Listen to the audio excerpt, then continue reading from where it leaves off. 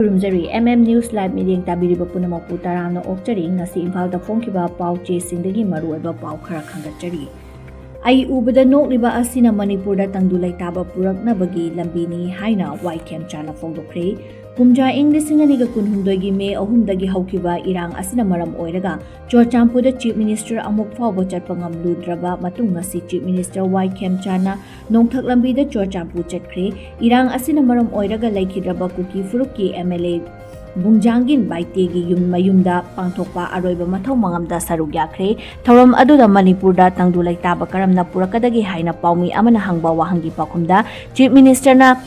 nahakna ai ubada nokliba ashina tungdu leitaba puraknabagi lambini haina phongdokre kumja Englishing aniga kunhumdoigi May 3 Chorchampurgi maikaidagi kuki furuki miyamna hawrtuna maikai adomda leiriba maitei furuki yumkai tugai Yankhaiba amasung mai thaba hawraktuna tholakiba irang asida hakthengnana numit me thangnaba May 3 da warosin ama puraknaba Chief Minister yawba mifam da saruk yawramlaga hankibda miyamna mof MLA Bunjangi baite aruba fivam da sokpadagi matam sangna layengdun lakibani maduda layeng bangamdabadagi chahi asigi February gi tangkunda Gurugram da leiba Mental Hospital da laikatnaba ngamdan laikidabani mahal laikidaba matung thawdo aduda chenaba miyoi sing cherak pidriba fawba aroiba mathau mangam pangthokloi haiduna leiraklaba matung lenga kayana bakhara lakpadagi ngasi mahaki aroiba mathau mangam adu pangthokpani thoram aduda saruk yaraduna yumnang pm chana hai May 3 da irang thoklaga May 3 da pangthokiba mifamda mahalna MLA Bungjangin baite manakta leiramlabadi ngasi thawdok asi thoklamloidabani mahalna bot hek kabaga assembly gi speaker oirakpa matam adudagi hauraga baite ga maga asi yamna luna tinarakhiba marupni numit aduda mifam loibaga mahana yum halamdaida MLA batena mayum hankhiba adu Khamlamgadabani haina pendaba wafam kya phongdoki thoram loiraba matungda paumesingda Manipurda tungdu leitaba hanjilaknaba kari lambi leibage haina hangbada nahakna ai ubada nokliba asina tungdu leitaba puraknaba lambini hairaduna Manipurda tungdu leitaba purakpana chawkhatpa purakpa ngamgani haina phongdoki Chorchampuda lakpa kari phawbage haina hanglubada yamna nungai good festival ningsingi haina pakhum piki panbayai ngasi Chief Minister na Chorchampu chatkani haina pau tabada Chorchampuda vest tawba khulai paiba lalhalu UKNA gi yauna tongan ba CSO singna maikaidagi athingba pirakpaga loinana Chorchampu pumbada shutdown fawba lauthokiba laikhrabani amaromda ngasi chatkiba Chief Minister YCAM chana Chorchampu khongchat kuki Human Right Council na akanba mawda condemn tawrakpaga loinana kuki taba mafamda Manipuri Chief Minister lakhanba Modi lenga pusu council asina condemn tawrakli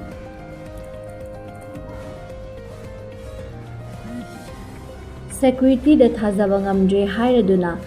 kanto khunja singna irang hawrakre Naga singi blockade hando halu haina kuki singna laima khongda kumtharaktuna lambi thinglaga changsilakpa khongjangna maram oiraga army ke manungda laiba kendra vidyalaya gi mahairoi sing mahai tamba panglaktabadagi laima khongda irang thokre security na ngamlaga mahairoi sing pugani haina piramba thajaba thabakta onthokpa ngamdabadagi kanto sabangi akoibada khundariba maite amasung naga furuki miyamna Indian amadi thajaba leitre haina chawne irang thokre hiram asiga mari leinana ngarangdagi hauna kanto sabanda irang leirakhiba adugi makha tarakpa oina ngasigi miyam adu hawraktuna irang adu thokibani irang adugi matangda kendra vidyalaya gi school gi mahairoi amaga mama laisham tamphana hai kumja Englishing aniga kunhumdoi May 3 gi irangdagi hauna mafam asigi mahairoi sing school chappada khudongcha daduna lamfelda leiba ke KVK school da matam khara tamhanduna lakhi adum oinama mahairoi sing asibu matik chaba security piduna mahai tamhangani haiduna mafam asida amu tamhanduna lakhibani tha asigi anidagi kuki nupi singna chathakiba lambi tingbagi khongjangna mahairoi sing asi yauna leima khongda thabak subagi simi sing fawba yauna mioi amata chathandana lakhibani adu bulai makhong army camp ta leiriba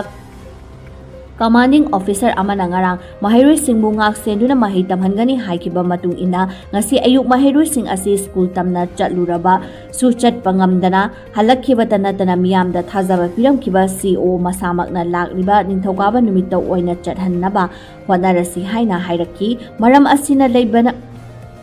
maramsing asi leibana kuki nupi singna chathariba khongjang asi handoktuna mahairoi sing asibu mahai tambada free oidiba faba mama oibi singi khongjang su halloi haiba wafam sing phongdoki amaromda khongjang aduda saruk yakiba willing Tiomaina hai naga micham tarukpu kuki khulai paiba singna mihati na hatkiba thongdoka mari leinana naga nupi singna kuki gi mayokta sangsileba khongjangbu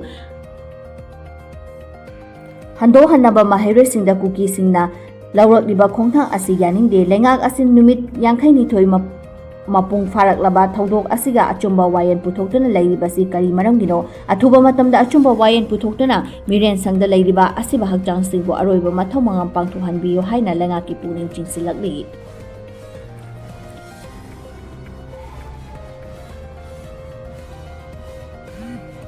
peace thugaibasing action lokhatlagani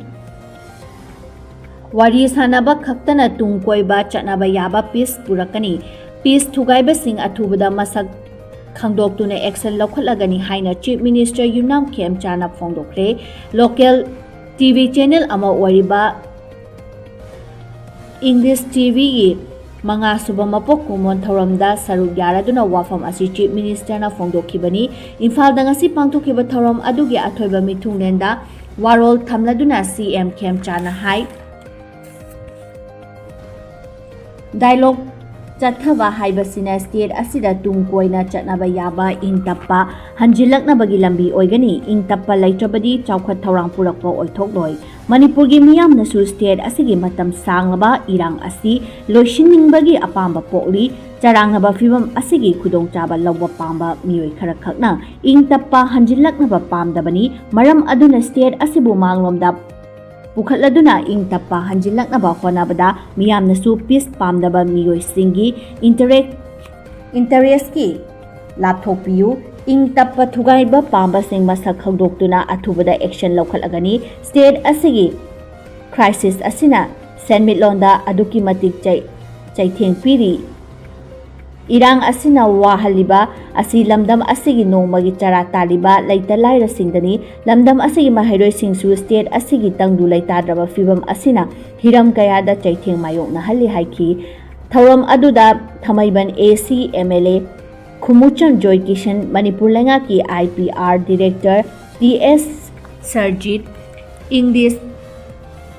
Elite TV gi editor Jit Ningomba yauna tonga ba miyoi kyasu sarugyaki matang shida News Lab na sandokjaba Manipuri Paulo Shinjari meeting tabiriba punamapu amuka hana khurumjari